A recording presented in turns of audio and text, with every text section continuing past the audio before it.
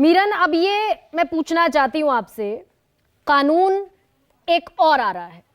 Already there are so many laws existing. पहले से बहुत सारे कानून है, उत्तर प्रदेश में भी है, मैंने अभी एक लिस्ट पढ़ी भी है, सब जगह कानून है, उत्तर प्रदेश में, तेलंगाना में, बिहार में, गुजरात में। तो ये कानून आ जाने से क्या बदलेगा और क्या ये वाकई नियत का संकट है, राजनीतिक संरक्षण के बगैर मुमकिन नहीं है? इस तरह की धांधली हो जाना, इस तरह के सिंडिकेट्स का चलना, 5-5 लाख से लेकर 15-15 लाख में पर्चों का बिक जाना। मुझे ये एडमिनिस्ट्रेटिव फेलियर ज्यादा लग रहा है और मेरे ख्याल से इसे पॉलिटिकल टर्न देना उचित नहीं होगा। परंतु जब आप गरिमा फिगर्स इकट्ठे करते हैं कि 244 लोगों को गिरफ्तार किया गया, तो मेरी आपसे ये रिक्वेस्ट है कि आप ये देखिए कि ये इतने पुराने केसेस होने के बावजूद कितने लोगों को इसमें सजा मिली, कन्विक्शन क्या है। तो कानून आप बनाते जा रहे हैं, पर अगर अपराधी को शिक्षा नहीं हो रही तो उससे अपराधियों का हौसला बढ़ रहा है, कम नहीं हो रहा। तो कानून बनाने की जगह जो वो तो बन गए, परंतु उनकी इम्प्लीमेंटेशन होना, उस पे हमें एक पब्लिक प्रेशर बनाना पड़ेगा। और ये संगठित गुनहगारी होने की वजह से इसमें एमसीओसी जैसे एक्ट्स लगाने पड़ेंगे और जहां अपराधी को कन्विक्शन होती है, सजा होती है, उसे बहुत बड़े पैमाने पे हमें पब्लिसिटी देनी पड़ेगी ताकि संगठित गुनहगार कानून का मजाक ना बनाए। मीरन, तो ये जो एग्जिस्टिंग कानून है, क्या मैं ये समझूं आपकी बात से, एग्जिस्टिंग कानून उत्तर प्रदेश में भी है जिसकी बात शलभ कर रहे हैं, रोहन गुप्ता भी बात कर रहे हैं राजस्थान के कानून की, उत्तराखंड में भी है, गुजरात में भी, हरियाणा में भी है, ये सारे कानून अभी उतने स्ट्रांग कानून नहीं है जिसका खौफ हो? कानून स्ट्रांग भी हो, परंतु ट्रायल चला क्या, अपराधी को शिक्षा हुई क्या? आप वो आंकड़े निकालिए ना, आपको जीरो मिलेगा। क्योंकि कल परसों हम ये डिस्कस कर रहे थे, ये जो संदेश खाली की इंसिडेंट हुआ है शेख शाहजहां का, 42 केसेस में उसके अगेंस्ट पिछले 4 साल में पुलिस ने चार्जशीट भेजी है। उसको शिक्षा हुई क्या? उसको सजा मिली क्या? देश में आज मजाक बन गया है कि आप कागज पे कानून बनाइए, परंतु अपराधी मौज मस्ती कर रहे हैं। उस वातावरण को बदलना जरूरी है। पॉलिटिकल टर्न मत दीजिए। टेक्नोलॉजी का जो गैर वापर हो रहा है, जैसे व्हाट्सएप में पेपर लीक कर दिया, उसे खत्म करने के लिए हमारी जो एडमिनिस्ट्रेटिव टीम्स हैं वो स्ट्रांग होनी चाहिए। इसमें जो टीम लीडर है जो पेपर बना रहा है, उसे अपनी टीम से सतत बातचीत करना। लेकिन मीरन, आप ये कह रही हैं कि एडमिनिस्ट्रेटिव फेलियर ज्यादा है बनिस्पत सरकारों के फेलियर के। तो एडमिनिस्ट्रेशन तो सरकारों के अंडर में है, कोई एडमिनिस्ट्रेशन, कोई अधिकारी सरकार की मर्जी के बगैर चूं कर दिखा दे। तो मेरा ये कहना है कि आप जो कह रहे हैं कनाइवेंस बाय पॉलिटिकल पार्टीज, मुझे ये कम दिखती है। हाँ। मुझे carelessness, failure of secrecy, confidentiality and administration ज्यादा दिखती। कनाइवेंस सबसे ज्यादा नुकसान किसका मीरन? अरे बच्चों का, गरीब बच्चों। इसमें तो हम सब एक हैं, परंतु अगर आज आप कहें कि लीकेज ऑफ एग्जामिनेशन पेपर में 5 अपराधियों को 10 साल की सजा हुई, अगले अपराधी डर जाएंगे, वो नहीं करेंगे। वो आप कह ही नहीं पा रहे हैं, आप सिर्फ गिरफ्तारी पे ही फंसे हुए हैं। सिर्फ गिरफ्तार किए और 10 दिन में वो बेल में बाहर होंगे और फिर से ये कनाइवेंस कर रहे होंगे। तो राजीव जी, आप कानून की जो बात कर रहे थे, रंजीत डॉन नाम के शख्स से परिचित होंगे आप, जिस कन्विक्शन की बात कर रही है मीरन। जेल में जाएंगे, 10 दिन वहां मौज उड़ाएंगे जेल में, और वापस लौट आएंगे और वापस लौट कर चुनाव भी लड़ लेंगे 2-2 मर्तबा। तो ये विलफुलनेस का, विलिंगनेस का संकट सरकारों की है ना। देखिए ये तो जुडिशरी का मसला है ना। सवाल है, चार्जशीट फाइल करना पुलिस का काम है, ट्रायल्स लंबे समय तक चलते हैं, ये अदालतों का मामला है।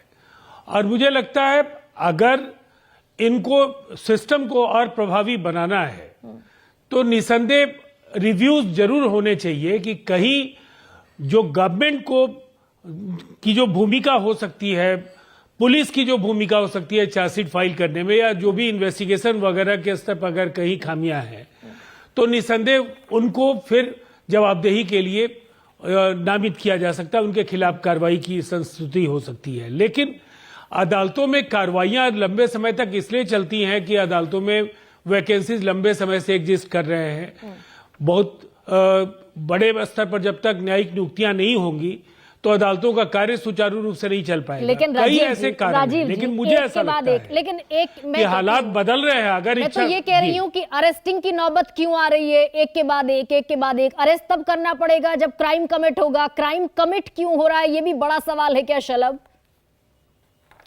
नहीं, ठीक है, देखिए आपकी बात सही है, लेकिन मैं मीरन जी की बात से सहमत हूँ। देखिए उत्तर प्रदेश में ये कानून पहले भी था कि अगर कोई माफिया किसी गरीब व्यक्ति की जमीन कब्जा करता है, उस पर हवेली बनाता है, तो उस पे नेस्तनाबूद होनी चाहिए वो इमारत, उसकी प्रॉपर्टी कुर्क होनी चाहिए। लेकिन 2017 के पहले आप मुझे गरिमा जी एक वाकया बता दीजिए जहां किसी माफिया की कोई संपत्ति कुर्क हुई हो, किसी पे बुलडोजर चला हो। लेकिन आज 2017 के बाद अगर आप देखिएगा तो प्रयागराज के भीतर ही अतीक अहमद ने जो संपत्ति कब्जा की थी, उस पे गरीबों के मकान बन गए, उस पे प्रॉपर्टी कुर्क की गई, बुलडोजर किया गया। तो कार्रवाई हुई, ऐसा नहीं है कार्रवाई। अच्छा शलभ, मुझे ये बताइए, बड़ा प्रिसाइज सवाल पूछ रही हूँ आपसे, क्योंकि आज जब 2024 में बैठकर आपसे बात कर रही हूँ तो जाहिर सी बात है कि 2017 का जो मामला है जिसमें सब इंस्पेक्टर की भर्ती होनी थी, 1,20,000 आवेदन आए थे, भर्ती परीक्षा रद्द हो गई। 2018 में यूपी पीसीएल के जेई की जूनियर इंजीनियरिंग की भर्ती होनी थी, भर्ती परीक्षा रद्द हो गई। कई गिरफ्तारियां हुई, तकरीबन 50 से ज्यादा गिरफ्तारियां, उनमें कोई सजा हुई किसी को? बिल्कुल, मेरी जो जानकारी है कि 7 लोगों को सजा हुई है उसमें। और आप जो भर्तियों के रद्द होने की बात करती है गरिमा जी, उत्तर प्रदेश में 6 लाख से ऊपर भर्तियां भी हुई है, इनको भी आपको कहना चाहिए। जिसमें पुलिस की 1,90,000 है, पुलिस से लेकर शिक्षा विभाग की है, तमाम सारे विभागों में भर्तियां हुई है। लेकिन हाँ, जहां कमियां आई है, जहां दिक्कतें हुई, उन पर कार्रवाइयां भी की है। जहां तक कार्रवाइयों की बात है, आपको पता चलता है किस प्रकार की कार्रवाइयां होती है उत्तर प्रदेश में, चाहे अपराध के मामले हो, चाहे इस प्रकार के मामले हो, उनके साथ जिस प्रकार से कड़ाई से प्रस्तुत आती है सरकार, वो भी आपने देखा है। लेकिन समस्या नहीं, मैंने तो लखनऊ में जो जबरदस्त हल्ला बोल हुआ युवाओं का, मैंने तो वो भी देखा। वो सारी वही एस्पिरेशंस है ना जो आपसे लगाई, जो उम्मीदें आपसे लगाई। हाँ बिल्कुल, उम्मीदें हमसे हैं, विश्वास भी हम पे है। और इसीलिए मैं कह रहा हूँ गरिमा जी कि जब एग्जाम हुआ है पुलिस का, अभी मेरे घनश्याम भाई कह रहे थे, तो सबसे पहली एफआईआर एग्जाम होने के तुरंत बाद सब इंस्पेक्टर हाकिम सिंह ने दर्ज कराई है लखनऊ के भीतर, और ये कहते हुए दर्ज कराई कि पुलिस का पर्चा है, ये कुछ जगहों पे व्हाट्सएप किया है। तब तक बच्चों ने ना तो आंदोलन शुरू किया था, ना तो आपने खबरें चलानी शुरू की थी। जैसे ये एफआईआर रजिस्टर हुई है 18 तारीख को, उसी के बाद से खबरें चलनी शुरू हुई है। तो हम अगर दबाना चाहते तो समाजवादी पार्टी की सरकार जिस प्रकार से अनिल यादव को लेकर सारा मामला दबाई रही, अनिल यादव के समय में डीजीपी का बेटा भर्ती हो गया, टॉप कर गया पीसीएस में, और जब उससे पूछा गया कि भारत का राष्ट्रपति कौन है, उनके पास जवाब नहीं था। सीबीआई जांच चल रही है, अनिल यादव को तमगे पे तमगे दिए जाते रहे, लगातार भर्तियां होती रही। और इंटरव्यू में अगर 500 नंबर का रिटर्न होता था तो 500 नंबर का इंटरव्यू होता था। 500 में अगर कोई बच्चा रिटर्न में 490 नंबर पा रहा है, ये तो शलभ वैसे हो गया ना, ये शलभ वैसा हो गया किसके दाग ज्यादा अच्छे। नहीं, मेरी बात सुनिए। आप तो इतने ज़हीन प्रवक्ता हैं, किसके दाग ज्यादा अच्छे, इस कंपैरिजन से तो स्थिति सुधरती क्यों नहीं कहेंगे गरिमा जी? अगर आप समाजवादी पार्टी की सरकार से योगी आदित्यनाथ जी की तुलना करेंगे तो मैं कहूंगा, और डंके की चोट पे कहूंगा। क्यों कहूंगा कि योगी जी ने इंटरव्यू खत्म किए, इंटरव्यू के नंबर 0 कर दिए कि नहीं, बच्चा अगर रिटर्न में अगर नंबर पा रहा है उसके आधार पे होगा। वरना क्या था कि रिटर्न में अगर 90% नंबर पाता था तो इनकी सरकार, समाजवादी पार्टी की सरकार इंटरव्यू में 20% नंबर देती थी। और अब ये 48 लाख जो लटक गए शलभ, फिर एक सवाल ये भी है, 48 लाख लटक गए हैं, इनमें से कुछ को एज लिमिट में छूट मिली थी, 6 महीने जब तक ये परीक्षाएं होंगी तब तक वो हो सकता है बहुत सारे लोगों की एज लिमिट खत्म हो जाए, वो भी संकट है ना। तो इन 48 लाख लोगों के इस संकट का जिम्मेदारी तो तय करनी पड़ेगी। आपने जानकारी ली नहीं। एग्जाम बिल्कुल एज इट इज होगा। जिन बच्चों ने एग्जाम दिया है उन्हीं को उनको एग्जाम देने का पूरा मौका मिलेगा, एज वेज का कोई चक्कर नहीं है। और साथ में सरकार ने कहा है कि उनको फ्री बस सर्विस दी जाएगी, कि आप फ्री जाएंगे, फ्री में बस एग्जाम दे के आएंगे, बस से कोई आपका किराया नहीं लिया जाएगा, आपको कोई दोबारा एग्जाम का पैसा नहीं देना, और कोई एज लिमिट का इश्यू नहीं है। यही बच्चे जिन्होंने एग्जाम दिया, हाँ उनको परेशानी हुई है, हम इस बात को मानते हैं और इसीलिए कार्रवाई कर रहे हैं, तमाम सारी एजेंसियों को लगाया। और आप देखिएगा जिस प्रकार से योगी जी ने कहा था हाउस के भीतर कि मिट्टी में मिला देंगे, तो मिट्टी में मिलाया गिरोह को, पूरे देश ने देखा ये गिरोह अभी बाकी है, अभी बाकी है। मैं इसको भी समाहित कर लेती हूँ। रोहन, कोई ऐसा मैकेनिज्म है आपके पास कि ये सिंडिकेट पनपने बंद हो जाएं, across the country data same है, राजस्थान हो, उत्तर प्रदेश हो, गुजरात हो, मुझे कहने में गुरेज नहीं। आपके पास देखिए कोई- बिल्कुल हाँ। मुझे लगता है कि गरिमा जी देखिए आज हम लोग भले राजनीतिक डिबेट कर रहे हैं जो भी है, पर मुख्य मुद्दा जो है जब तक इसको हर एंगल पे कंट्रोल नहीं किया जाएगा ये रुकेगा नहीं। देश के भविष्य का सवाल है, युवाओं के भविष्य का सवाल है। जो भी एडमिनिस्ट्रेटिव लैप्सेस हैं, जो लोग भी जिम्मेदार हैं, ऐसे तो इन जिम्मेदारी के लिए ऐसे सीरियस लोगों को, ऐसे अधिकारियों को पसंद किया जाए कि जिनका जो ट्रैक रिकॉर्ड है इन मामलों में बहुत स्ट्रांग हो, नंबर 1। और लूपहोल्स है, आज तो टेक्नोलॉजी का समय है, तो ये जो लूपहोल होते हैं कि नीचे के लेवल पे कभी कोई प्यून ने पेपर लीक कर दिया, जेरोक्स ले लिया, फोटो ले लिया, ये सब चीजों को अगर प्रोसेस को ठीक से कंट्रोल किया जाए हर लेवल पे, रोहन मुझे आपको लगता है हमारे देश में गरीब आदमी की इतनी हिमाकत होती है? नहीं, मैं ये देखिए बात गरीब अमीर की नहीं बोल रहा हूँ, मैं एक एग्जांपल दे रहा हूँ आपको कि हर लेवल पे प्रोसेस के अंदर जहां लैप्सेस है उसको जब को मिलके एक नेशनल पॉलिसी नहीं बनाया जाएगा तो मुझे लगता है ये चीजें होंगी। और दूसरा आप भी यानी कि रोहन मैं ये मान लूं कि आप अपने सारे घोड़े खोल दिया आपने 5 साल की सरकार में, कानून बना दिया, आपने इंटरनेट बैन कर दिया, लेकिन उसके बावजूद पर्चा लीक होना नहीं रोक पाया। बिल्कुल रुका। जिस समय के बाद ये लॉ बना है उसके बाद पेपर लीक नहीं हुआ है। 10 साल की सजा का प्रावधान, करीब 122 लोगों को गिरफ्तार किया गया, उनको जेल के पीछे डाला गया। उसके बाद में इसमें डिफरेंट फर्क आया है। उसके बाद पूरी प्रोसेस को बनाया गया, लॉ कमीशन को सामने रख के एक सुदृढ़ प्रोसेस बनाया गया, सेंट्रलाइज सिस्टम बनाया गया। कुल मिलाकर यानी कि सरकारों की मंशा ठीक हो अगर रोहन, तो कंट्रोल किया जा सकता है ना? देखिए सिर्फ मंशा से नहीं, मंशा के बाद में उसकी प्रोसेस में डीप में जाना पड़ेगा। सिर्फ मंशा अच्छी होने से नहीं होगा। जब तक उस प्रोसेस को ठीक से सुदृढ़ नहीं किया जाएगा, आपकी मंशा कितनी भी अच्छी हो, अगर नीचे के लेवल पे हो तो भी पेपर लीक होगा।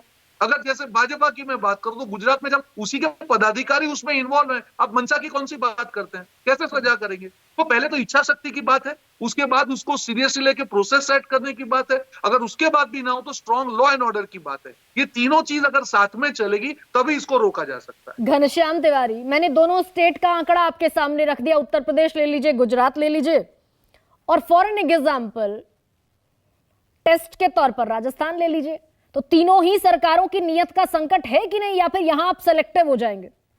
देखिए आपके दर्शक देख रहे हैं कि इतनी देर से बेटी बचाओ नारे को रेपिस्ट बचाओ मॉडल बनाने वाली सरकार, पेपर लीक जो हर साल हुआ है 2017, 18, 19, 20, 21, 22, 23, 24, उस लीक होने को भी अपनी उपलब्धि बता रही है सरकार की प्रवक्ता। कैसे ये एक्नॉलेज करेंगे?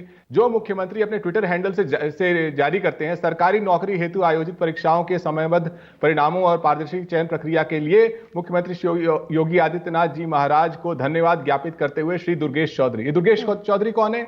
एक फर्जी लेखपाल जो एग्जाम हुआ नहीं उसका वीडियो फुटेज योगी आदित्यनाथ जी जारी करते हैं। जो सरकार लेकिन घनश्याम तिवारी, अभी क्योंकि कार्यक्रम खत्म